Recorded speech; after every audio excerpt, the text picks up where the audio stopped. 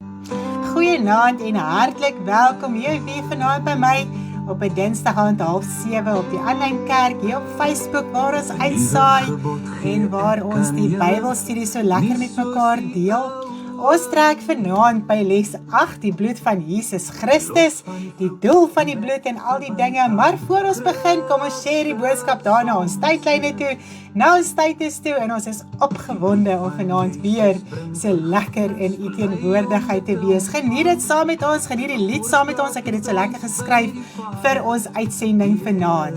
Christus, los van die vloek, die wet verbind aan Christus ons Heer. Sy offer is ewig bringer stel, die allerheiligste is oop, ons kan en gaan, vergifnis vra. So ver soos die ooste van die weste word ons sonde verwyder. Al was dit soos skarlaken, wit soos wol word ons gewas. Stukkie vir stukkie word die berg van bederf in ons lewe weggesluit. Genade op genade, vergifnis so groot. Los van die vloek, die wet verbind aan Christus ons Heer.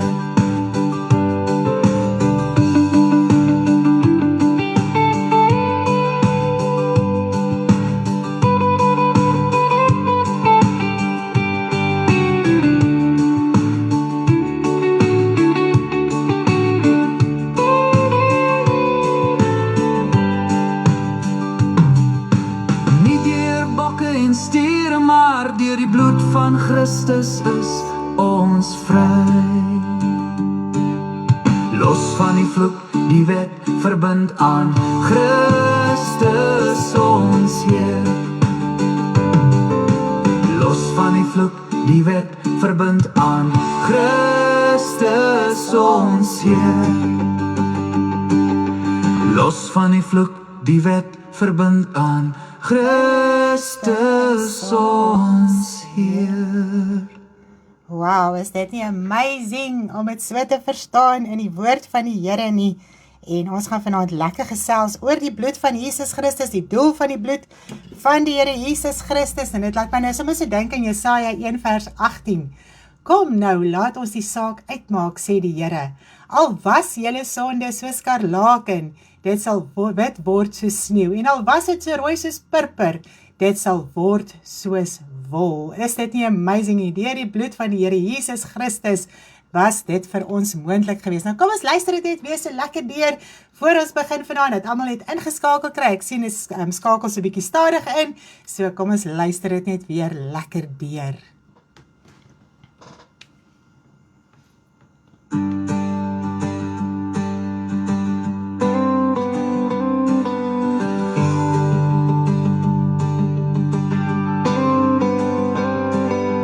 Nuwe gebod gee ek aan julle, nie soos die ouwe nie.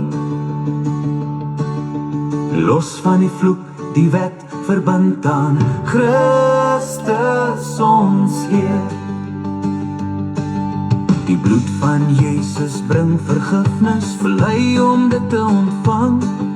'n Voorspraak het ons by die Vader, deur Christus. Los van die vloek, die wet verbind aan Christus ons Heer. Sy offer is ewig bringer stel, die allerheiligste is oop, ons kan en gaan, vergifnis vra. Soos die ooste van die weste word ons sonde verwyder. Al was dit soos skarlaken, wit soos wol word ons gewas. Stukkie vir stukkie word die berg van bederf in ons lewe weggesluit. Genade op genade, vergifnis so groot. Los van die vloek, die wet verbind aan Christus ons Heer.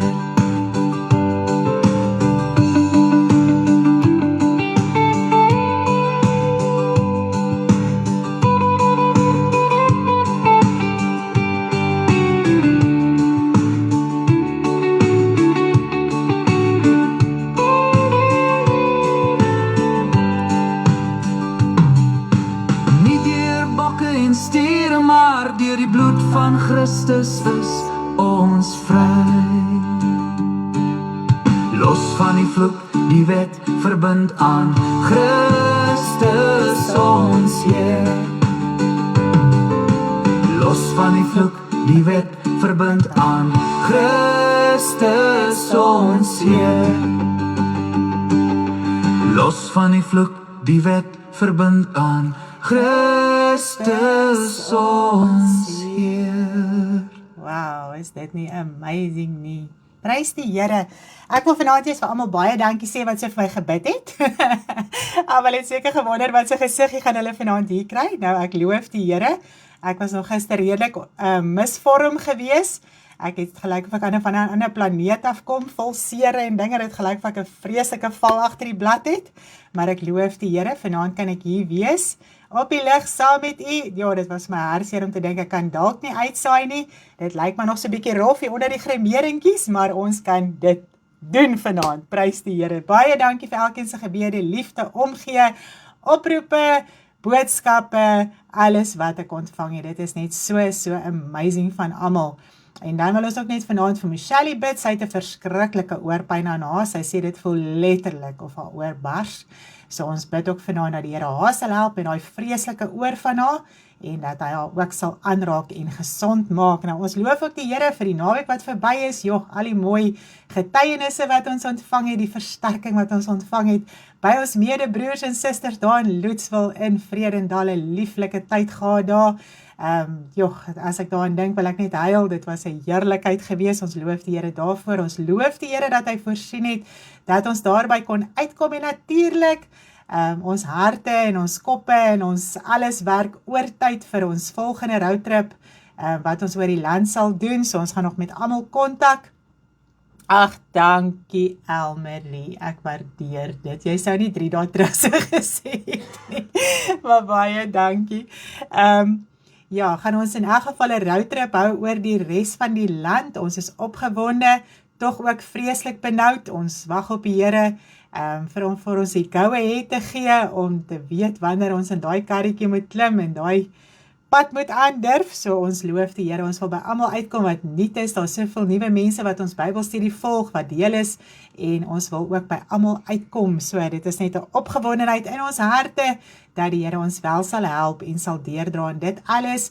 As jy vanaand luister en jy wil ons graag daar by jou hê, asseblief laat weet ons, dit voel so bietjie beter as iemand sê, hoorie, so ek wil jou graag hier by my hê, dan weet ons, as wat ons onsself net kom afdruk daar by jou, en dan weet ons hoe om ons pad te volg. So as jy ons daar in jou huisie wil akkommodeer, as jy ons wil sien, as jy ons nie kan akkommodeer nie, en ons kan net by jou kom kuier, asseblief laat weet vir ons, dit is altyd so 'n groot saak, en ons weet, almal wil ons sien, ons weet, almal is lief, maar kom ons begin dit maar op hierdie trant, dan kan ons weet watter kant toe. Prys die Here, dankie Peer, ek hoop jy voel ook beter met daai rug van jou, is omtrent 'n storie. Ons bid ook nog vir Peer met sy rug. Nou kom ons bid vanaand lekker saam en dan vra ons die Here om ons te help. Vanaand is ek sit letterlik in bewe, ek weet nie hoekom nie. Dit voel of ek maande laas op die lig was en is 'n geweldige verantwoordelikheid vanaand, die bloed van Jesus Christus. Mens praat nie sommer net hier jy daaroor nie, dit is vir my 'n baie groot saak. So ek bid dat die Here my vanaand sal help, sal lei, sal wysheid en insig gee om ook oor hierdie onderwerp so te kan deurpraat. So kom ons bid lekker saam. Vader, baie dankie dat ons weer vanaand in u teenwoordigheid kan wees. Dankie vir u liefde, u genade, u barmhartigheid, u groot krag en heerlikheid. Vader, dit is vir my so 'n groot saak om net te weet u is my hemelse Vader. Ek kan na u toe kom, ek kan met u praat, ek kan my hart voor u uitstort, ek kan alles voor u bring wat ek nodig het, Here, wysheid en insig wat ek vanaand so verskriklik nodig het, dat u my sal help, met woorde, met die regte woorde, Vader, dat ek dit sal praat en Here, in liefde en in krag en in heerlikheid. Baie dankie daarvoor, Vader. U woord is so kosbaar, is so wonderbaar. Dit maak ons los en vry, want die waarheid van die woord maak ons vry. Baie dankie daarvoor dat U ons werklik lei om dit te verstaan volgens die woord van U. Vader, daar's nie allerhande idees en dinge in ons harte en koppe nie. Ons wil in een van sin, een van mening wees, want die waarheid het een mening, dit het een sin, Vader, en dit is waarna ons moet wandel. Ons kan nie verskillende opinies hê in die waarheid nie. Die Gees sal ons nooit in verskillende rigtings inlei nie. Die Gees sal ons in een rigting inlei, Vader, want die Gees getuig van die waarheid van die woord. Die Gees getuig nooit van homself nie, hy praat nooit van homself nie. Vader, en ek dank U vanaand dat ons, Here, kan weet, U sal ons lei vanaand, U sal ons help vanaand. Baie, baie dankie, Vader. Here, ek wil ook bid vir almal wat siek is vanaand. Ek dink spesiaal aan Michelle wat se oor, sy sê dit voel letterlik of dit wil bars, Here, en ek wil bid, Vader, dat U haar sal aanraak. Asseblief, Here, in ons hele gemeente bid saam, al die, Here, broers en susters, Here, voel in ons harte, ons wil net vir haar bid, Here, dat U haar sal aanraak. Here, daar speer vanaand met daai verskriklike rug van hom, en ons bid dat U hom sal help, en sal aanraak, en sal genees. Here, en dan dink ons nog steeds aan Mary, Vader, sy het al so gevorder, en daar sal so mooi vordering by haar, en Here, dit is so heerlikheid, Here, my God, om alles te hoor, en te sien, en te ervaar, en te sien toe sy daar sit, Here, ek kyk werklik vir 'n wonderwerk, en ek wil bid vanaand, dat U haar werklik verder sal deurdra, en dat U haar sal help, en dat U haar sal genees. Daar is jou myntjie, Vader, dat U haar sal, Here, heeltemal genees in haar liggaampie, Vader, asseblief, Here, in elkeen wat nodig het vanaand, en elkeen wat behoefte is, en elkeen, Here, wat net uitroep na U vanaand, dat U sal antwoord gee, en sal help, en sal deurdra, sal voorsien, Vader. Ek besef, dis weer die einde van die maand, daar is soveel benoudheid en dinge, en ek wil bid vanaand, dat U sal voorsien, Vader, asseblief, in elkeen se behoefte, en dit wat elkeen moet betaal, en moet hê, en moet uitsorteer, asseblief, Vader, ons kan U net so mooi vra, Here, dat U ons daaglikse brood vir ons sal voorsien, dit wat ons nodig het vandag, Here. Baie, baie, baie dankie daarvoor, Vader. Ons loof en ons prys U, en ek wil bid vir insig en wysheid, asseblief, Here. Ek wil ook bid vir Andrei in die ouer huis vanaand, Vader. My hart gaan so uit na hom toe. Here, terwyl hy daar lê, dit is nou al 'n jaar, Here. Het jy al so met ons gedeel, het al so met ons gepraat. Here, het al so baie dinge in Sandra se hart kom. Here, kom verander, kom laat deurbreek, en Here, daar het 'n vrug na vore gekom, en Here, ons kan nie meer vra nie, ons wil net vra dat U hom sal deurdra, dat U hom sal help, dat U met hom sal wees, Vader, asseblief, Here, dit is so mooi wat my man ook Sondag bedien het, as ons siek is, Here, U is nie uit ons harte uit nie, U verlaat ons nie, U is by ons, en ons dankie vanaand daarvoor, Here, dat ons weer vir ons broer kan bid daar in die ouer huis, vir versterking, vir krag, Here, en so vir Sandra wat hom moet bystaan, is glad nie 'n maklike pad nie, Here. Baie keer as ek daaraan dink, dan dink ek, Here, ek weet nie hoe doen sy dit nie, en ek vra net vanaand dat U haar sal deurdra, en sal versterk, en sal krag gee, wysheid en insig sal verleen, met alles wat sy moet doen. Baie, baie, baie dankie daarvoor, Vader, ek loof U, en ek prys U in Jesus se naam. Amen. Prys die Here, wat 'n heerlikheid om vanaand weer so lekker saam te bid. O ja, en vir klein Terry, ons bid vir klein Terry, Vader, ons bid vir klein Terry vanaand. Here, terwyl, Here, ook eintlik niemand weet wat is fout met Terry nie, hy kry hierdie geweldige koors, spikes, Vader, hulle het eers gedink dit is measles, en toe dink hulle dis klierkoors.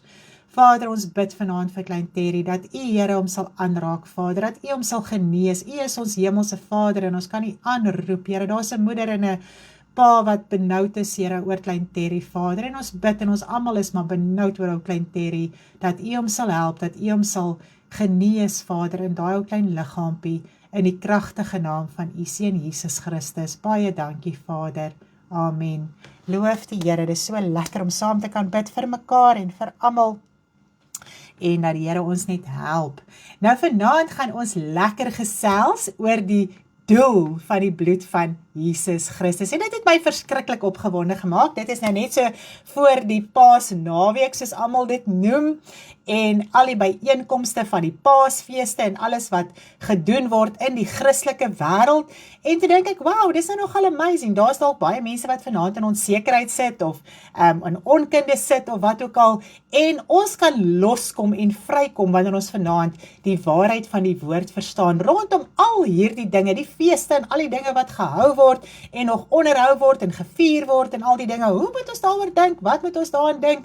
En die Here gaan ons vanaand help om dit so mooi te verstaan en om los te kom in ons harte, onbeweeglik te wees, seker te wees, want as 'n mens seker is in die woord van die Here, dan beweeg niks 'n mens nie. Maar dit is baie keer, as mens so onseker is en jy weet nie regtig wat jy moet glo of nie, jy weet daar's iets verkeerd, maar jy weet nie eintlik wat dit is nie, jy voel baie keer alleen, jy weet, jy's maar hier op jou eie en jy weet, hier's iets nie lekker nie, hoe moet ek dit uitsorteer, jy's heeltyd soekend na iets anders, na die verstaan van die waarheid van die woord, en vanaand kan dit net weer vir ons harte so lekker oopmaak en aanraak en losmaak en vrymaak om weer die waarheid van die woord rondom al hierdie dinge te verstaan.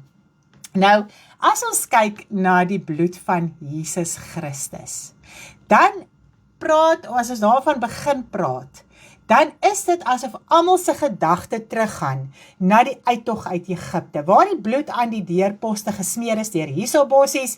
God het vir hulle die opdrag gegee, dat hulle hierdie lammetjie sonder gebrek moet slag, en hulle moet hierdie bloed teen die deurposte smeer met die hyssopbossie, sodat die verderwer kan verbytrek. So dit vat almal se gedagtes altyd soontoe. Dit is die maatstaf van die bloedpleit en al hierdie dinge wat in die Christelike kerk is. Dit is die dryfveer daarvan. Almal gaan altyd terug soontoe. So hoe moet ons al hierdie dinge volgens die woord van die Here verstaan? En ek kan vir julle sê, as mense dit so mooi verstaan en die vervulling verstaan en al die dinge, dan val daar soveel laste af. Mens verstaan wat aangaan in 'n mens se geestelike lewe en jy kan vrykom met baie dinge.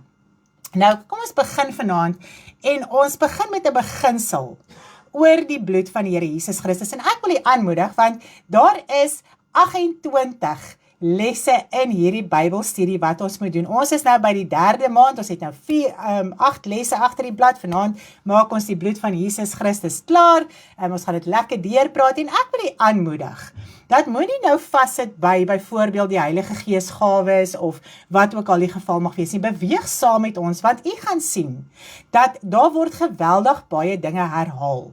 So jy gaan nie verloor nie, jy gaan nie weet wat nie aangaan nie, as jy by die beginsels bly en jy verstaan wat ons oordra in hierdie Bybelstudie, kan ek vir jy sê, jy gaan baie dinge in jou geestelike lewe verstaan, want dis eintlik die doel van hierdie Bybelstudie, om baie dinge aan die lig te bring, verstaanbaar te maak, 'n beginsel oor te dra, en soos wat jy dan die pad stap, dan kan jy groei in daai beginsels, daai verstaan van baie dinge in die evangelie. So jy gaan sien, met die vervulling van die Pasga het ons ook die bloed van Jesus so lekker deurgepraat, die uittog uit Egipte, dit mooi verduidelik hoe presies die pad was, en vanaand gaan dit weer eintlik ook herhaal word, maar ek gaan dit nie in so diepte doen soos wat ons die Pasga gedoen het nie, ons gaan dit lekker vinnig deur dit hardloop. So dis wat ek wil aanmoedig, jy gaan sien, as ons nou gaan na die huis skoonmaak toe, gaan ons weer baie dinge gesels wat hier plaasgevind het vanaand, en dan gaan ons aan die Antichrist gees toe, en dan gaan dit weer baie dinge gaan ons weer oor baie dinge praat, leerstellings en dinge,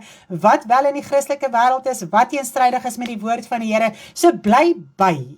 En as jy 'n stadium kans het, gaan deur jou handleidings, maar moenie gaan vassit op 'n handleiding en nie volg waar ons nou besig is nie. Volg eerder saam. Gaan eerder saam, dat jy lekker daai beginsels kan deurwerk in jou hart. Loof die Here. So ek hoop jy kan dit so verstaan en so lekker deel bly van alles.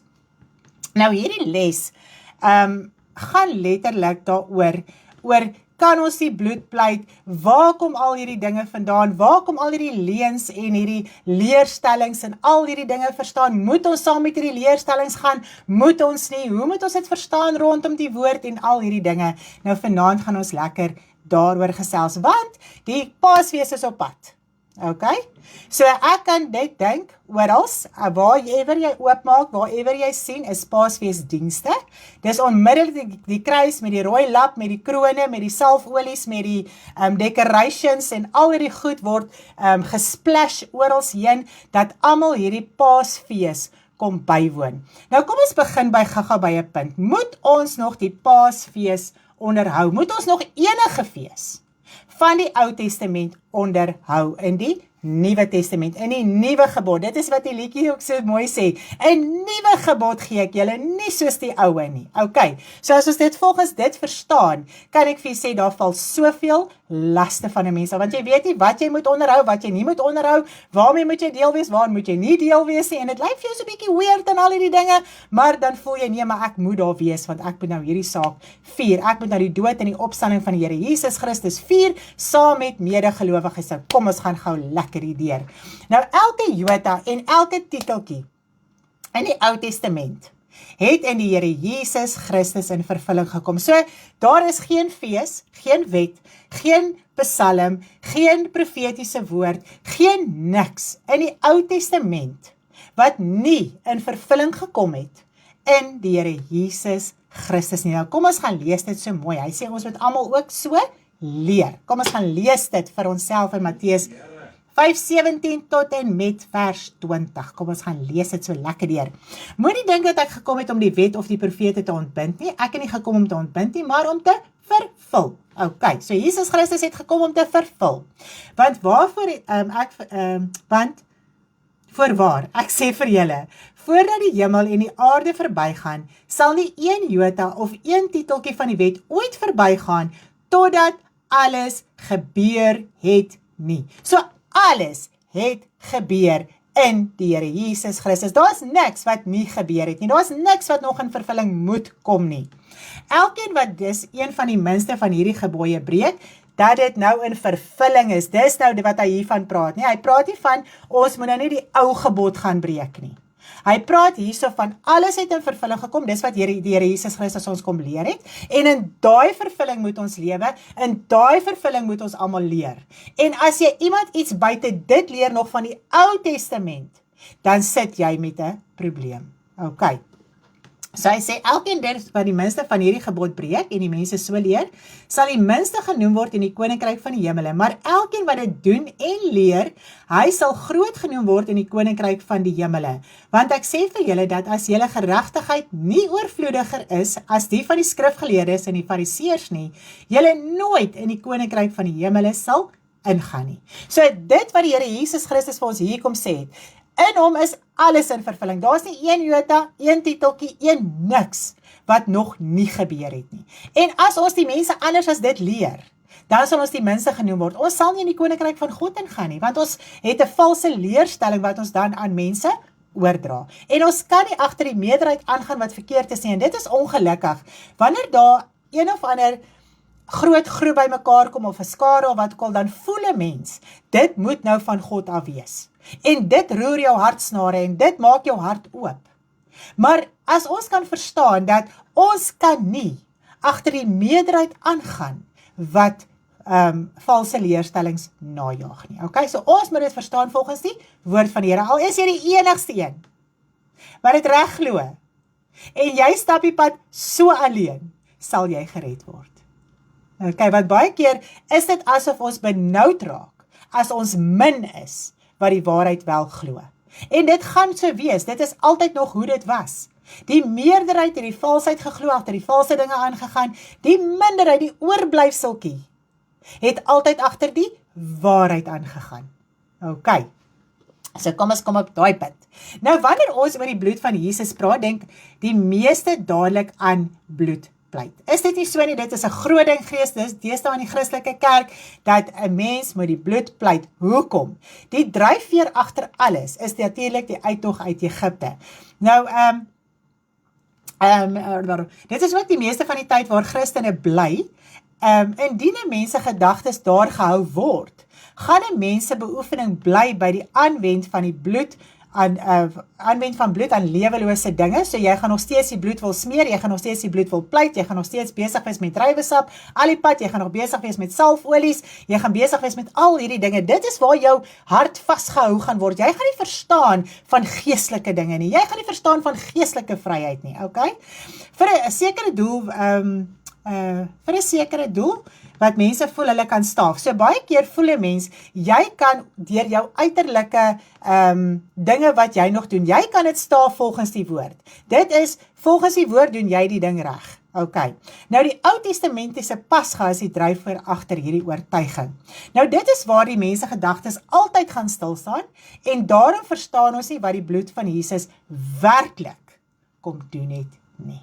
En dit is wat ons vanaand lekker gaan deurpraat. Wat het die bloed van Jesus werklik kom doen in ons geestelike lewe?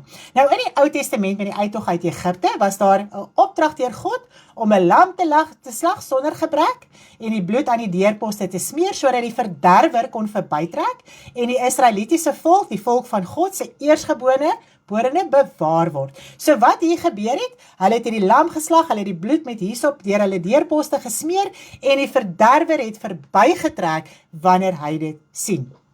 Nou, hierdie hele gebeurtenis was 'n profetiese daad oor die Here Jesus Christus wat sou kom. Die lam wat vir ons geslag is tot vergifnis van sonde. Ok, nou die mens se siel was vasgevang in die mag van die duiwel en dit moes loskom. So in die Ou Testament, die mens het geval met die sondeval en die mens was vasgevang in sonde. Satan het 'n reg gekry oor die siel van die mens moes hel toe gaan. In die Ou Testament was daar die redding vir die mens nie, daar was die verlossing vir die mens gewees nie, en hier was die hele tyd hierdie profetiese daad wat hulle uitgevoer het, dat daar gaan 'n verlosser kom, 'n lam kom, wat ons gaan kom verlos van ons sonde, van ons ongeregtigheid, sodat ons redding kan kry, en sodat ons vergifnis kan kry van ons sonde, want onthou net, hulle kon nie vergifnis kry van hulle sonde nie.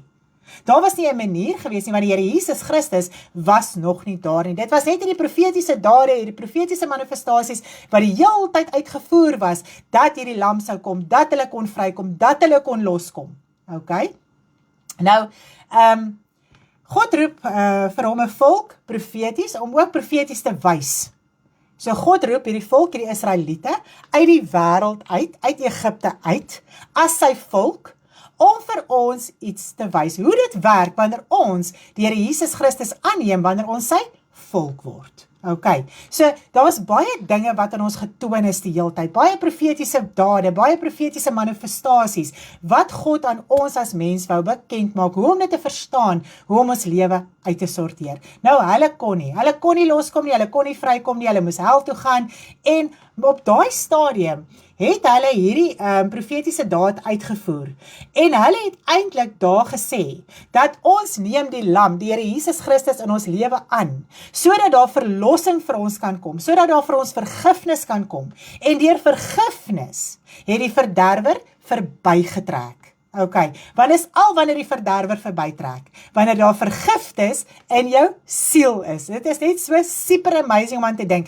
Die Satan het geen houvas oor jou siel, as daar vergifnis in jou siel is nie. Wow, dit is net amazing. So wat hier gebeur het, hulle het basies gemanifesteer, dat hulle siel oorgegaan het van die duisternis na die lig toe. Dit was hierdie eersgeborene wat bewaar was deur God. Ok, so dit was net amazing om daaraan te dink, en dit was net vergifnis wat dit kon doen. Dit gaan nie daaroor, jy gaan nou op hierdie stadium in die Nuwe Testament 'n klomp druiwesap teen jou deurpos smeer, en Satan kan niks aan jou doen nie. Want dit is wat ons as kinders van die Here basies wil glo. Ok, jy lewe in sonde, jy gaan net aan elke dag met jou lewe, jy worry nie, jy bely nie jou sonde nie, jy verstaan nie waaroor die evangelie gaan nie, en jy smeer net hierdie uiterlike ding daaroor, dat die duiwel van jou weggehou kan word. Ok, so dit is eintlik wat ons as kinders van die Here wil doen. Nou, al hoe die verderwer weggehou kan word van jou eersgebore nou. Nou, wanneer 'n mens die Here Jesus Christus aanneem, hulle het nou hierdie profetiese daad uitgevoer, maar toe kom die Here Jesus Christus as hierdie lam, en ons kon hom aanneem. Ok, as ons verlosser, ons saligmaker, ons redder, ons verlosser, en al hierdie mooi dinge. En nou is ons siel, wat oorgegaan het van die duisternis na die lig toe, dis nou jou eersgeborene. Ok, so dit is wat bewaar word. So daai was net 'n uitvoer van 'n profetiese daad wat sou plaasvind. Nou as ons dit gaan verstaan in ons geestelike lewe, kan ek vir julle sê, verstaan jy die hele woord. Dis so mooi. Vandag toe dink ek, toe ek die vergifnis so lekker deurwerk en so aan, toe dink ek, maar dis die kern van die hele evangelie. Want daar was nie vergifnis vir die mens gewees nie, die mens kon nie loskom nie, hy kon nie vrykom nie. En die Here Jesus Christus moes juis kom, sodat hy die duiwel kon oorwin en die sleutel kon kry by die duiwel van vergifnis, want dis ons sleutel om hemel toe te gaan. Okay? Want die mens kon nie vergewe word nie. Nou is dit ons sleutel, dis ons kern van die evangelie. Dat as jy vergifnis kry in jou lewe, kan jy hemel toe gaan. Okay, so dit was die hele doel van Jesus Christus. Nou, jy kan slegs deel raak van God se volk wanneer jy die Here Jesus Christus aanneem as verlosser en vergifnis kry. Okay, so God het daai volk uitgekies, die Israeliete, maar hulle was nooit gehoorsaam nie, hulle was altyd te wederstrewig teen God, hulle het nooit gedoen wat hulle moet doen nie, hulle was altyd opstandig, rebels en al die dinge, maar nou wys dit vir ons, dat daar is 'n geestelike volk van God, en al hoe jy daai geestelike volk van God kan word, is wanneer jy die Here Jesus Christus aanneem, as jou persoonlike verlosser, redder en saligmaker, dan word jy deel van die volk van God. En so kan jy dan daai redding deelagtig raak in jou lewe. Okay. Van jou lewe, want jy was deel van die wêreld, soos wat die Israeliete deel was van Egipte, van die wêreld. Hulle was onder hierdie slawerny van sonde. Hulle was onder hierdie slawerny van die wêreld. En God lei hulle daar uit. Dit is wat met jou gebeur in jou lewe, wanneer jy die Here Jesus Christus aanneem. Jy is in die wêreld, jy is onder die slawerny van sonde.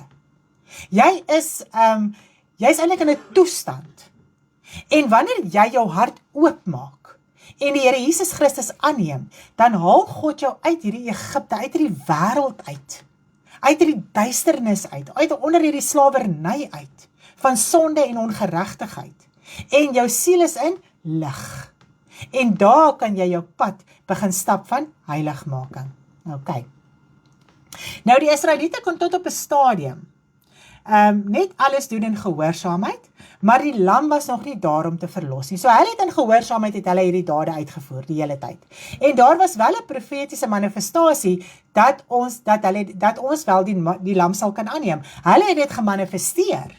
Want hulle kon nie op daai stadium die Here Jesus Christus aanneem nie, want hy was nog nie daar nie. Maar hulle het dit gemanifesteer. En nou kan ons dit deel raak. Nou, ons kan op ons pad vrykom van die wêreld en van sonde, deurdat ons die Here Jesus Christus aanneem. Nou die Here gee vir hulle die opdrag om die lam te slag. Elkeen moes 'n lam slag as manifestasie, elke gesin moes 'n lam slag as 'n manifestasie, as 'n profetiese daad, okay? Maar nou is daar slegs een lam. Is dit nie amazing nie? En hierdie lam is een brood. En hierdie lam is een liggaam. En hierdie lam is een lewe, waardeur ons lewe. En dis die lewe van die Here Jesus Christus. So elkeen gaan nou nie 'n lam nou mee slag nie, en dit is wat die Christelike wêreld wil doen. Hulle wil eintlik wys, baie van die byeenkomste en dinge, gaan hulle fisies en hulle gaan slag nog 'n lam. Dis verskriklik om daaraan te dink. Hulle doen amper 'n offer, 'n Ou Testamentiese offer. Hulle sê dat die lam is nog nie geslag nie. Hulle gaan slag die lam. Ek raak yskoud as ek aan hierdie dinge dink. Besef die mens waarmee hy besig is. Terwyl die lam gekom het, hy's geslag. En hy is hierdie een brood, hierdie een lewe. Ons is almal die liggaam van Christus, een liggaam van Christus, waaruit ons lewe. Is dit nie amazing nie? Nou, hulle moes die bloed aansmeer deur 'n hisopbossie, wat ontsondiging beteken, sodat hulle eersgeborenes bewaar kon word, dat die verderwer kon verbytrek. Nou, dit kon net gebeur waar ontsondiging plaasvind, waar vergifnis was hulle het hierdie profetiese daad uitgevoer, van dit is hoe ons ontsondig word. Okay? Nou, is hierdie hele profetiese boodskap vir ons gewees, dat ons kon verstaan, maar wow, as ons die Here Jesus Christus aanneem, en ons verneder, en ons bely ons sonde, dan kom daai ontsondiging in ons siel, deur die bloed van die Here Jesus Christus. Want wanneer ons onsondig word, kan ons eersgeborene, ons siel, bewaar word. Want dan is die bloed van die Here Jesus Christus aan ons hart se deurposte. En die verderwer moet verbytrek. Hy kan niks aan jou siel, aan jou innerlike doen nie. Is dit nie mooi nie? Wow. Dit is my so pragtig, al hierdie mooi dinge. Nou, kom ons gaan net so 'n bietjie verder aan. Ek wil nou nie aangaan op 'n punt nie. Nou, in jou siel, wanneer jy die Here Jesus Christus aanneem, ontvang jy natuurlik die Heilige Gees. En dit is my so mooi om te dink dat die Heilige Gees oortuig ons van ons sonde. So dit is 'n hulp vir ons, dat ons kan verneder en ons sonde bely, en die bloed van Jesus kan ons skoon was, deur die voorspraak wat ons by die Vader het. Nou die Here Jesus Christus het ons hoëpriester kom word, want in die Ou Testament, kon die hoëpriester 1 keer 'n jaar in die allerheiligste ingaan. En dan moes hy hierdie offer bring, en dan kon hy vir die volk versoening doen vir hulle sonde, maar die volk moes buite bly. Hulle kon nie ingaan waar die hoëpriester is nie. So hulle moes maar hoop, dat die hoëpriester doen wat hy moet doen. Is dit nie so nie? Maar die Here Jesus Christus kom as ons ware hoëpriester. En hy kom maak vir ons die allerheiligste oop. Wow! Dat ons elkeen kan ingaan in die allerheiligste, sodat ons daar vergifnis kan kry van ons sonde. En ons hoef nie buite te bly nie. Ons elkeen gaan in, en hoe gaan ons in? Wanneer ons die Here Jesus Christus aanneem, word hy ons middelaar. En hy is die deur, die weg, die waarheid, die lewe. En hy maak vir ons die weg oop, om met die Vader te kan praat, om in die allerheiligste te kan ingaan, om vergifnis te kan kry van ons sonde, deur sy lewe wat hy vir ons kom gee het. En dit was 'n offer wat hy kom bring het, nie van 'n dier nie, maar hy het hom self kom offer, vir ewig, vir altyd. En hy kan hom nie self weer offer nie. Dit was daai een offer, dit was die perfekte offer, die volmaakte offer, wat altyd vir ons die allerheiligste oopgemaak het, sodat ons vergifnis van ons sonde kan kry. En so word ons ontsondig, en so kan ons eersgeborene bewaar word, en die verderwer moet verbytrek, want die woord sê so mooi, onderwerp jou dan aan God, weerstaan die duiwel, en hy sal van jou wegvlug. So as jy doen wat jy moet doen, as jy vergifnis van sonde kan kry, het Satan geen houvas op jou siel, op jou innerlike nie. God bewaar jou siel, jou eersgeborene. Is dit nie mooi nie? Dis verskriklik mooi. So, die Here Jesus Christus het vir ons hierdie versoening bewerkstellig by die Vader. En ons het dit altyd. En dit is nou so mooi, dat al was jy so skarlaken, al was jou sonde hoe erg, dit word verwyder, soos die ooste van die weste van mekaar verwyder is. Amen. God dink nooit weer daaraan nie. En dit is die genade wat ons kry as kinders van die Here, wanneer ons die Here Jesus Christus aanneem. Onthou net, 'n sondaar is nie deel van die genade van die Here Jesus Christus nie. 'n Sondaar moet sy hart oopmaak, sodat sy siel kan loskom en vrykom, sodat hy kan uit die duisternis kom in die lig. Dan kan hy sy sonde bely en uitsorteer, en hy ou lewe word afgesny deur die lewe van die Here Jesus Christus. Nou maak dit vir ons sin, dit maak ons opgewonde waaroor die bloed van Jesus eintlik gaan. Want weet jy wat doen die mens? Die mens gaan pleit tot die bloed oor 'n sondaar, wat nog nie eers deel is van die geestelike volk van God nie. So jy wil eintlik 'n sondaar se sonde gaan toemaak met die bloed van Jesus, terwyl dit moet red en verlos en vrymaak en lewe gee. Want die sondaar moet loskom, hy moet vrykom. En ek dink daaraan, veral moeders is verskriklik vreesagtig oor hulle kinders. Hulle wil elke dag die bloed van die Here Jesus Christus oor hulle hele gesin pleit, sodat daar tog nou net niks sleg met die gesin gebeur nie. OK? So 'n mens lewe eintlik in 'n geweldige vrees, wanneer jy nie die woord verstaan vir wat hy is nie. Want sodra jy die woord verstaan vir wat hy is, dan verdwyn daai vrees, en jy verstaan dat elke persoon Hulle saak aan het met die Here. Elkeen moet gered word, elkeen moet verlos word, en die omstandighede waardeur mense gaan, wat vir jou te veel raak, waar jy die bloed van Jesus oor wil pleit, moet die mens trek tot redding en verlossing. Dit moet maak dat die persoon se hart oopgaan, daai druk moet daar wees, daai verdrukking moet daar wees. En wanneer die sondaar nie sy hart oopmaak nie, draai vir die doodvrug, dan is die druk verniet. Maar wanneer hy daai hart oopmaak, dan is daar lewe, daar's oorwinning, daar's verlossing, daar's krag, daar's bevryding, daar's al die mooi dinge in die lewe van die Here Jesus Christus. So dit bly elke ou se keuse. Maar omdat ons weet baie keer mense is hard en verhard, wil ons 'n ander loophole kry met die bloed van Jesus om mense te probeer beskerm, dat daar niks met hulle gebeur nie, omdat ons in vrees lewe. So, ons kan bid vir siele en dis wat ons kan doen. Ons kan niemand onder die bloed gaan pleit, en ons kan die sonde onder die bloed gaan pleit, en ons kan nie ons besittings onder die bloed gaan pleit, of niks nie, want ek besef vandag een ding, die sonde het in die siel van die mens ingekom met Adam en Eva. Okay? So dit was geestelik geweest waar die sonde plaasgevind het. So niks wat ons kan manifesteer op hierdie aarde, met 'n vleeslike godsdiens, kan die siel van die mens losmaak, kan die houvas wat Satan oor die mens se siel gekry het, losmaak nie. Dit is hoekom die Here Jesus Christus moes kom, en dit was my so mooi geweest, die Here Jesus Christus, deur hom is die mens geskape, okay? En hy het volle verantwoordelikheid gevat vir die mens, even vir dit wat die mens in geval het. Hy het dit vir sy verantwoordelikheid gemaak.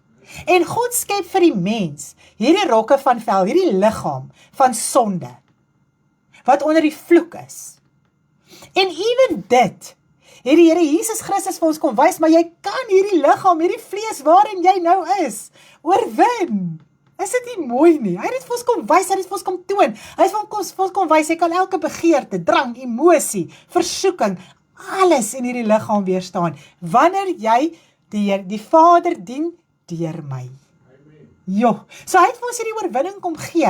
Ons lewe net hier daarin, want ek besef dat die bloed van Jesus Christus wat ons moet vrymaak, word so uit mekaar uitgetrek, en daar's soveel leuns en valse leerstellings rondom die bloed van Jesus Christus. So wat doen die Satan nog steeds? Hy kom met 'n ding om die mens te weerhou van vergifnis. Want sodra jy glo dat al jou sonde word instant vergewe, al bely jy nooit jou sonde nie, jy is 'n waarborg op pad hemel toe, Jesus Christus het vir jou alles gedoen, jy hoef niks meer te doen nie, dan is dit 'n leuen wat jou vashou. So Satan gebruik die woord wat verdraai is met 'n ander oortuiging, sodat jy nie die vergifnis wat die Here Jesus Christus juis vir ons kom gee het, gebruik, sodat jy kan loskom en vrykom onder die mag van die duiwel uit nie. En Satan sal alles gebruik, hy sal die woord van God gebruik, hy sal dit verdraai, hy sal 'n ander oortuiging oorbring, sodat die mens net nie kan los wees nie, want onthou net, hy het nou sy houvas op die mens se siel verloor. Nou kry hy dit weer op ander maniere, deur die woord te verdraai, sodat ons nie doen wat ons moet doen nie. Want onthou net, met jou wedergeboorte is jou ou lewe afgesny. Jou sonde is vergewe, daar het vir jou vergifnis plaasgevind, met jou doop word daai ou lewe begrawe, maar na jou wedergeboorte doen jy weer sonde. Nou daai sonde, dis waarvoor jy genade gekry het. Nou kan jy gaan deur die Here Jesus Christus, deur die weg, die waarheid, die lewe, in die allerheiligste in, jy kan met die Vader praat deur die Here Jesus Christus, en jy kan versoen word met hom, deur vergifnis van jou sonde. Amen. Okay.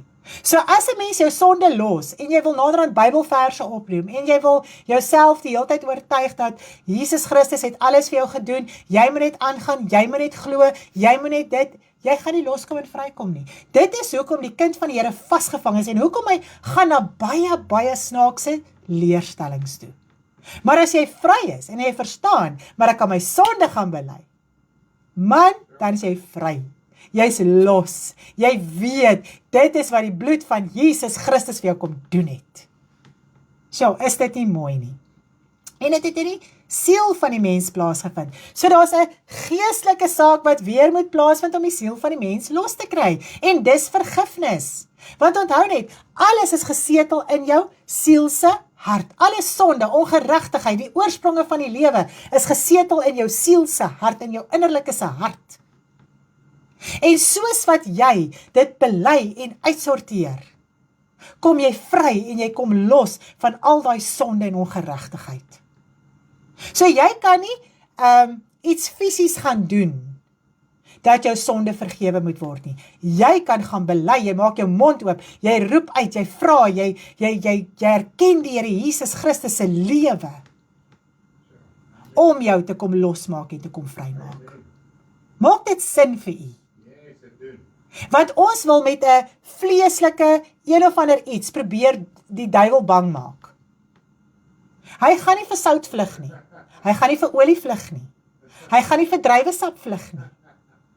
Dit raak naderhand okkulties. Dit raak naderhand byvoegings. Want die woord van die Here het ons geen opdrag gegee om dit te doen nie. En wanneer ons as kind van die Here wat jou hart vir die Here gegee het, enigstens wil teruggaan na die uittog uit Egipte en dit wil gebruik as 'n dryfveer om die bloed te pleit, sit ons met 'n kragtige probleem. Waarom? As ons teruggaan na die Ou Testament toe, dan is ons weer onder die vloek van die wet. Dit wat die Here Jesus Christus vir ons kom gee het en losmaak het. Onthou net, en ek wil soms wel gou so vinnig daaroor praat, met die Paasfeesdienste is die kruis mos 'n vreeslike ding. Okay, die rooi lap om die kruis, dit is baie heilig vir baie mense, hulle voel dit is die ultimate. Okay? Het jy al daaraan gedink dat die kruis, die houtkruis, is 'n moordwapen gewees, waaraan die Here Jesus Christus gesterf het? Dis niks heilig nie. God het geen sentiment aan 'n kruis nie. Jesus Christus het geen sentiment aan 'n kruis nie, want dit is wat sy dood veroorsaak het. En wat sê die woord vir ons? Dat hy het die vloek kom word, om aan die hout te sterf, aan die kruis te sterf, sodat ons kan loskom onder die vloek uit. So die Here Jesus Christus het vir ons die vloek kom word. Hy was soos 'n misdadiger gereken. Hy was bereid, hy het dit op hom geneem. Hy het die verantwoordelikheid geneem vir die mens om te sterf aan hierdie kruis. En nou wil die mens die kruis aanbid. Dis 'n moordwapen, dit is soos 'n elektriese stoel, dit is soos 'n pyl en 'n boog, iets wat 'n mens doodmaak. Nou wil die mens waarde daaraan heg, sentiment daaraan heg. 'n rooi lap daar gaan omsit en voor dit gaan buig en te kere gaan. Want wat wil die mens doen? Hy wil nog steeds in sy emosionele toestand aan Jesus dink. Hy wil die Here Jesus jammer kry oor op die kruis waar hy was. Jesus Christus sê vir die vroue, moenie oor my ween nie, maar ween oor julleself. Hy het oorwinning, hy het krag, hy het opgestaan uit die dode. Ons ken hom nie meer na die vlees nie, maar ons ken hom na die krag van sy opstanding, en dit wat hy in ons lewe kom doen, het hy die Satan oorwin. Dit wat ons vasgehou het, het hy oorwin, hy het vir ons gawes kom losmaak. Hy het alles kom doen wat hy moes doen, hy het oorwin, hy het die duiwel van sy troon kom afhaal, kom verwyder van sy magsposisie. Dit is wat gebeur het met die bloed van Jesus Christus. En nou wil ons nog by die fisiese bly, by die fisiese kruis, by die fisiese rooi lap. Deesdae word die hase en die rooi lap en die kruis en alles sommer langs mekaar gedekker uit. Dis 'n vreeslike besigheid waarmee die mense besig is. Maar ons kan vanaand verstaan, dat die Here Jesus Christus het opgestaan. Hy het alles gedoen wat hy moes doen, sodat ons kan vrykom. En nou dat ons hom aanneem, het ons daai vryheid in ons innerlike. Nou lees ons die woord, ons het 'n voorspraak by die Vader, deur die Here Jesus Christus, om ons sonde te bely as ons sondig. Wat maak ons met daai skrif? Gaan ons sommer die Bybel uitskeer? Gaan ons sê, nee, dit werk nie so nie? Ons moet die hele skrif in konteks verstaan. Ons moet dit gehoorsaam wees, ons moet verstaan waaroor alles gaan. Sodat jou siel kan loskom en kan vrykom uit die mag van die duiwel uit. Wat moet jy glo? Jy moet net meer glo. Wat moet jy meer glo? As die woord van die Here. Dis wat jy moet glo, dis wat jy moet toepas, dis wat jy moet doen, dis geloof. Jy hoef jouself iets te vertel wat nie bestaan nie. Ok, kom ons gaan verder, dis awesome. Kom ons kyk gou waar trek ons nou.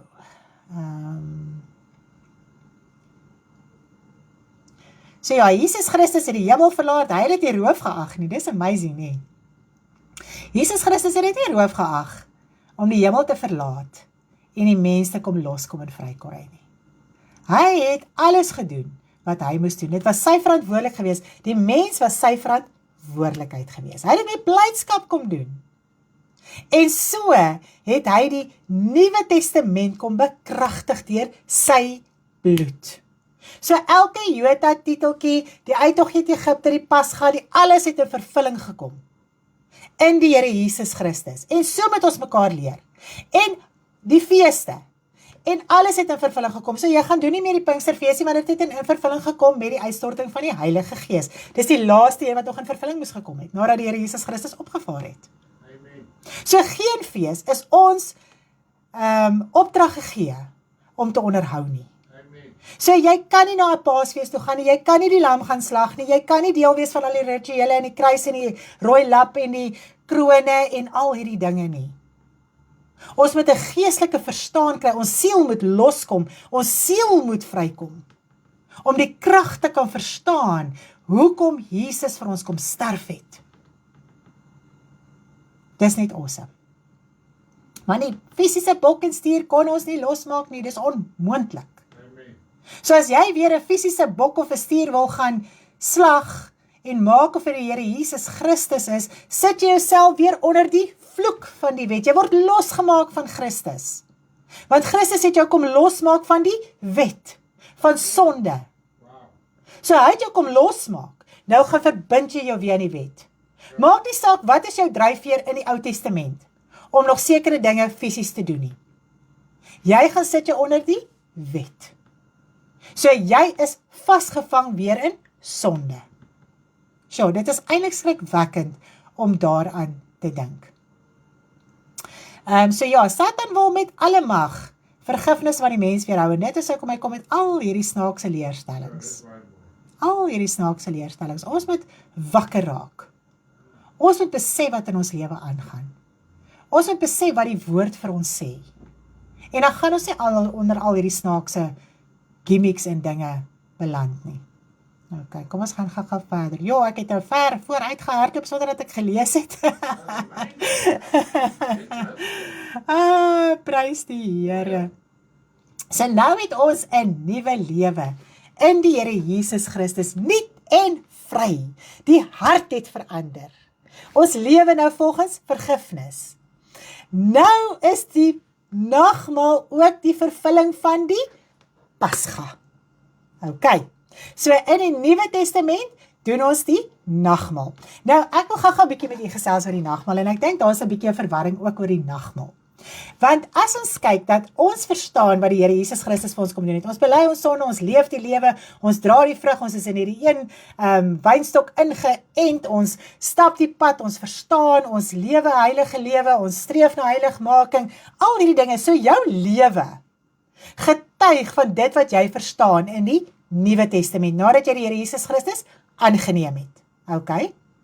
Nou, al waaroor die nagmaal gaan, dis net 'n bewys van dit wat al reeds in jou lewe is, van dit wat in jou hart is. Ok? En baie mense wil nog huil en hartseer voel wanneer hulle die nagmaal gebruik. Dis amper asof jy nog steeds die Here Jesus Christus wil jammer kry op die kruis. Wat al lank al opgestaan het, wat in heerlikheid sit van die Vader. Wow, is amazing, hè? En nou wil ons amper in 'n emosionele tyd ingaan met die nagmaal. Want die woord sê vir ons, dit as ons dit nie gebruik nie, het ons nie deel aan Jesus nie. Ok?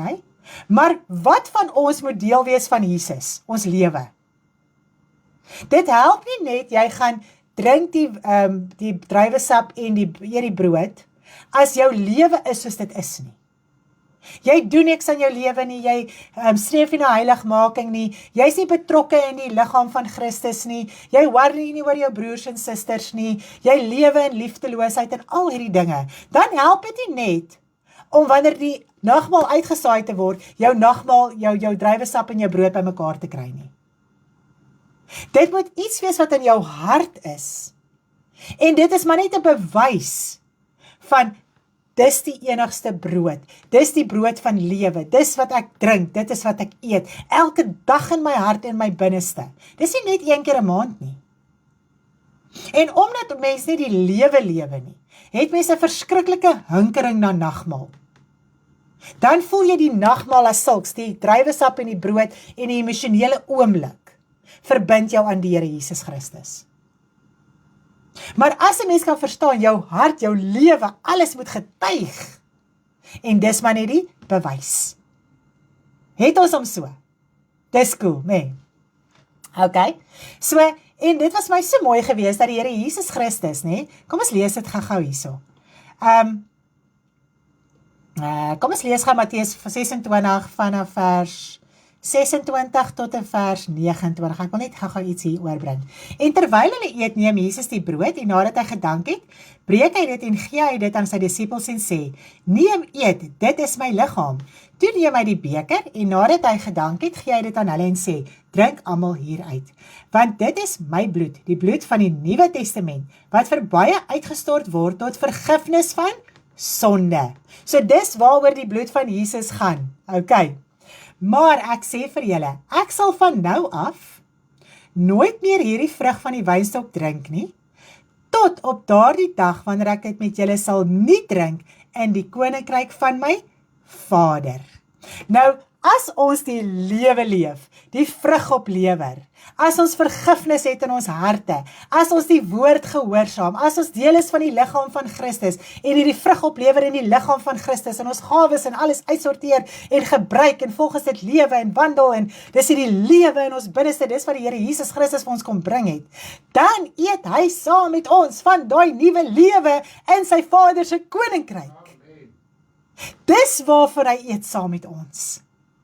Dis waarvoor hy drink saam met ons. Want onthou net, toe die Here Jesus Christus gesterf het hy nie opgevaar 'n glasie bloed gevat en die allerheiligste gaan uitgooi, dat dit nou daar kan wees vir ons vir verlossing en redding en vergifnis nie. Sy lewe het vir ons die verlossing gebring. Sy lewe het vir ons die vrymaking gebring. Ok, so dis nie 'n fisiese paar druppeltjies bloed wat nou in die allerheiligste is in die hemel nie. Want vlees en bloed kan in die koninkryk van God nie ingaan nie. Maar die lewe van die Here Jesus Christus het gemaak dat ons hierdie nuwe lewe kan hê in hom. Dis nie die fisiese druppels bloed nie. Hy het sy lewe kom gee, hy het die Satan kom oorwin, hy het ons kom losmaak, hy het ons kom vrymaak, hy het vir ons vergifnis kom gee. Dis die nuwe lewe. Dit is waarvan hy saam met ons drink en eet. En wat my so opgewonde maak, as ons oorwin en ons kom in die hemel, gaan ons saam met die Here Jesus Christus van daai oorwinning eet. Dis amazing. So jou lewe moet getuig, jou lewe moet verander. Daar moet 'n sigbare verandering in jou lewe plaasvind.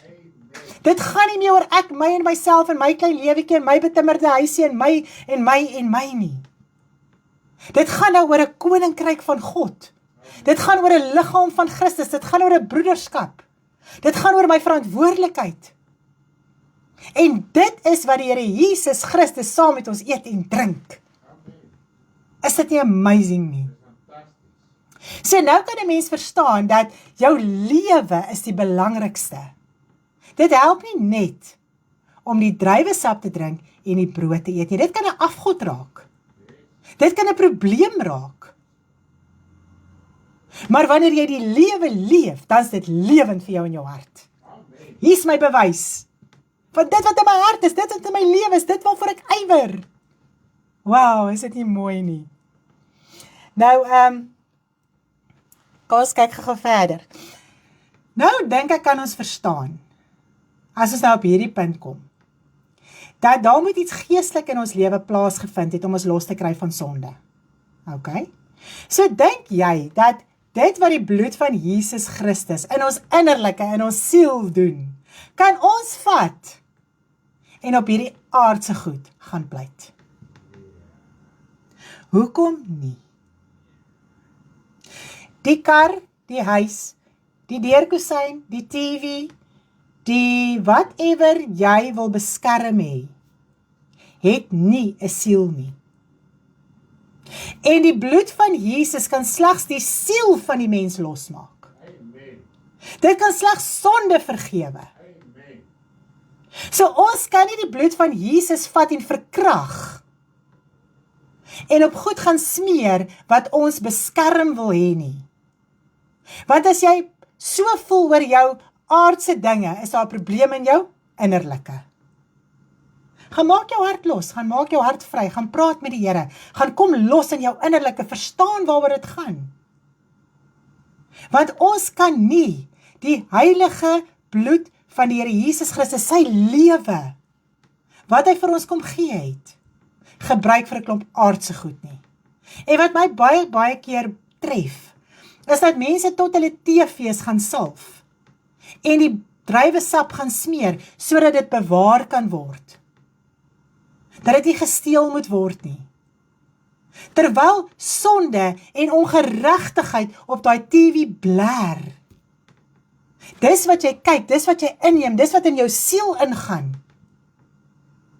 En dan wil jy dit beskerm en bewaar, deur die bloed, sy lewe van die Here Jesus Christus.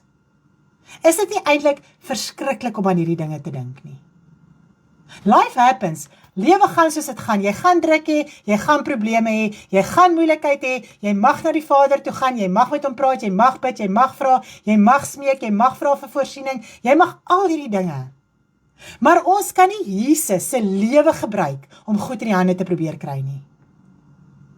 Of om goed te probeer bewaar nie, beskerm nie. Want al waaroor die bloed van Jesus se beskerming gaan, is oor jou siel. Oor jou innerlike.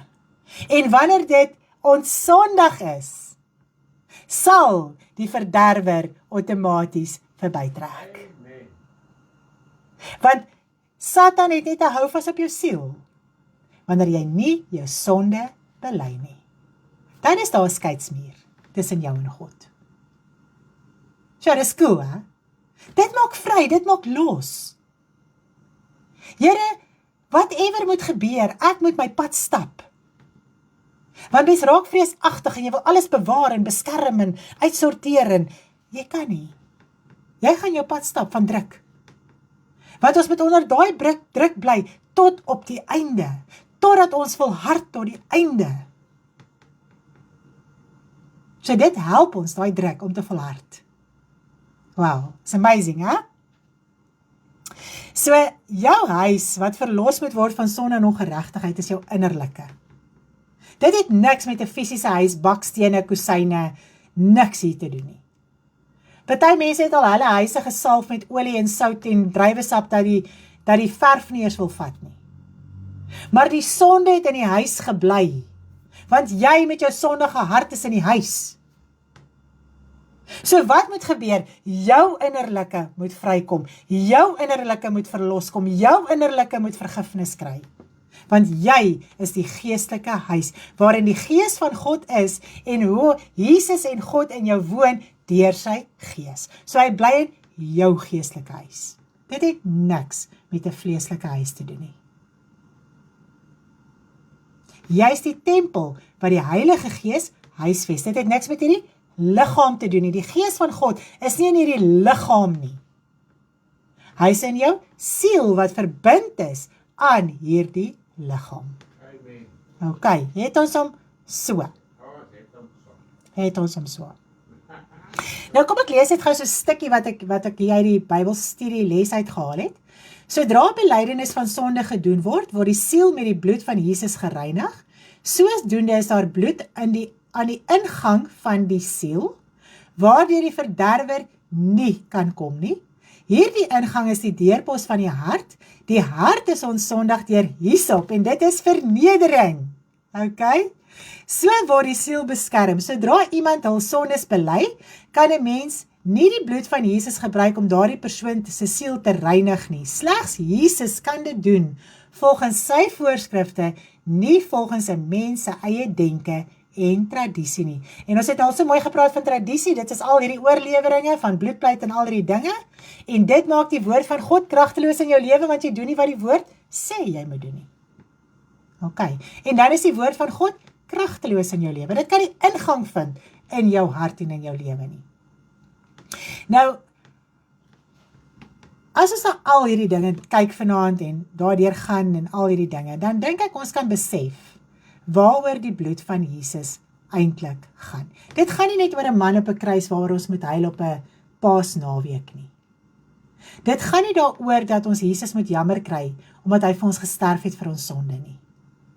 Dit gaan daaroor dat ons moet verstaan wat se werk Jesus in die geestelike wêreld kom doen het, sodat ons siel kan loskom en vrykom, sodat die gevangenes los kon, dat Jesus in die doderyk ingegaan het, en die gevangenes gaan losmaak, het hy die evangelie daar gaan verkondig. En hy die sleutels by Satan gevat van die dood en die doderyk, sodat ons vergifnis van sonde kan kry. Dan dink ek maak dit vir ons 'n ander prentjie. Ons kan nie 'n tafel daar neersit met al die decorations en al die goed en voel dit het enige geestelike krag nie. Dis afgode. Want die kruis van Jesus Christus is niks heilig nie. Die rooi lap beteken niks. En ons hang dit aan, ons verhoog dit. En as ons kan verstaan, maar die bloed van Jesus, sy lewe verander my, verander die hele prentjie. Dan sien jy eintlik die klug van alles. Die nutteloosheid. Die valsheid. Dit wat mense se harte en gedagtes vashou, emosioneel. Maar as mense deur die woord gaan en dit is so vry en heerlik en jy verstaan, dan is dit die hart los en vry. Is dit nie so nie? Sjoe, prys die Here. So die opsomming van alles is, daar's geen opdrag om enige fees verder te onderhou nie, selfs in die Pinksterfees wat in vervulling gekom het nie die Loofhuttefees nie, niks feeste moet jy nog onderhou in die Nuwe Testament nie, want dan is jy onder die vloek van die wet, jy word losgemaak van die Here Jesus Christus, jy gaan terug na die wet van sonde toe. Mens slag nie weer 'n lammetjie nie, want dan sê die Here Jesus Christus is nie geslag vir ons nie. So jy gaan slag, jy gaan offer, joh, dis eintlik verskriklik. Dis bitter erg. Daar's geen opdrag in die woord om die bloed te pleit nie, en ek besef dat elkeen wat bloed pleit, sal vir jou sê, maar dit staan nêrens in die woord nie. Daar's nie eers 'n aanduiding daarvan nie. Niemand in die hele Bybel het ooit die bloed gepleit nie. So wat doen ons? En dit is seker die moeilikste ding om van los te kom. Hoekom? Dis 'n erg suurdeeg. Omdat 'n mens dit in jou gebed gebruik. So dit brand vas in jou hart. Dit brand vas in jou gewete. Ek het nie die bloed gepleit nie. Daar gaan vandag iets met my mense gebeur. My goed gaan gesteel word. Jy lewe dag en nag in hierdie vrees. So dit staan nêrens in die woord nie. Almal is eens daarmee, ewen die mense wat dit doen, is eens daarmee, dit is nêrens in die woord opgeteken nie. Dis 'n tradisie wat begin het, en mense het gevolg en gevolg. Dit is nou soos 'n woord wat uitgaan profeties wat vals is, en almal begin agter daai woord aangaan, terwyl dit glad nie in die woord van die Here staan nie. So hulle praat agter mekaar, en hulle begin agter mekaar, hulle naap mekaar, en so begin hierdie leuen vorm, tot hy 'n groot leuen is, wat die mens volg. So dit is seker een van die ergste dinge, want 'n mens voel skuldig wanneer jy nie die bloed pleit nie. Mens voel asof God jou nou nie gaan bewaar nie. Ek het nou vergeet. So dit is 'n ding regtig om los te kom, om vry te kom. En as jy kan vanaand verstaan, waar die bloed van Jesus gaan, kom jy los. Kom jy vry. Want dit gaan oor vergifnis, dit gaan oor reiniging. Dit gaan daaroor dat ons siel kan vrykom en kan loskom. So dit maak my vanaand so opgewonde. So het hy die duiwel oorwin. En dit is hoe ons die duiwel moet oorwin, deur vergifnis van sonde. Is dit nie mooi nie? Dis die enigste manier hoe ons kan loskom, hoe ons kan vrykom, hoe ons gered kan word. Daar is nie 'n ander wy nie. En ons moet verstaan, na jou wedergeboorte, al is jou ou lewe weg, gaan jy weer sonde doen. En wat maak jy met daai sonde? Dis hoekom ons 'n voorspraak het, 'n afspraak by die Vader, deur die Here Jesus Christus, wat die offer kom bring het, sy lewe kom gee het, en die prys betaal het. Maar hy het opgestaan uit die dode. Die dood kon hom nie vashou nie. Hy is nie meer daar nie, hy is nie meer op die kruis nie, hy is nie meer die bebloede man nie. Hy is verheerlik, hy sit aan die regterhand van God die Vader. Hy het oorwin. En daardeur kan ons oorwin. Is dit nie amazing nie? So ja, ek hoop dit het vanaand vir u iets beteken, en dit kan loskom in die harte en in die siele, en ons kan vrykom en loskom, en ons kan hierdie nuwe lewe begin lei in die Here Jesus Christus, wat hy saam met ons eet en drink, wanneer ons dit deelagtig is. Nie net worry oor nagmaal as sulks nie, maar verstaan waaroor nagmaal gaan. Dis net awesome, hè? Wow. So julle met 'n baie lekker aandjie, ek gaan weer afsluit met die lied. Ja, ons is klaar, ek dink nie, ons het verder nodig om verder aan te gaan nie, ek dink die beginsel het lekker deurgekom, waaroor dit gaan, wat is die saak, en ek dink van nou af kan ons in vryheid daarin lewe, loof die Here. Kom ons sing hom net gou weer lekker saam.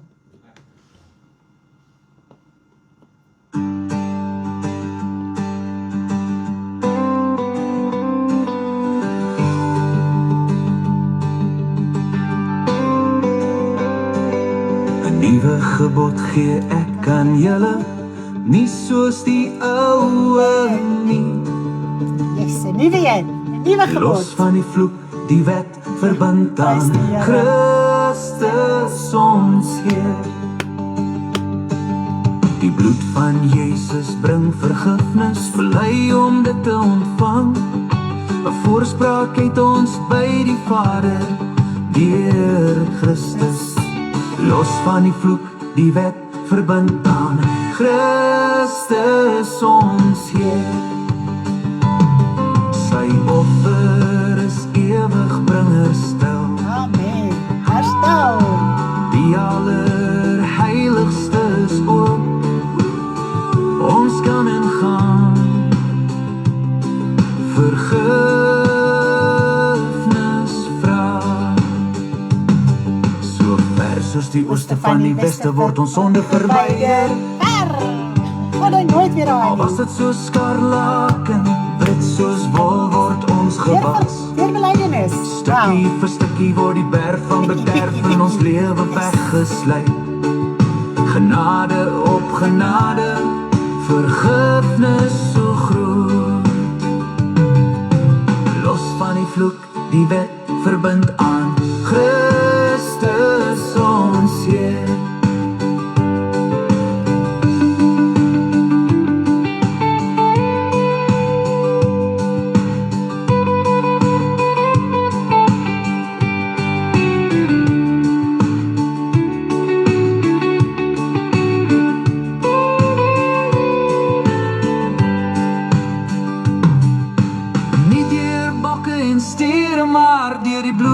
Christus is ons vry.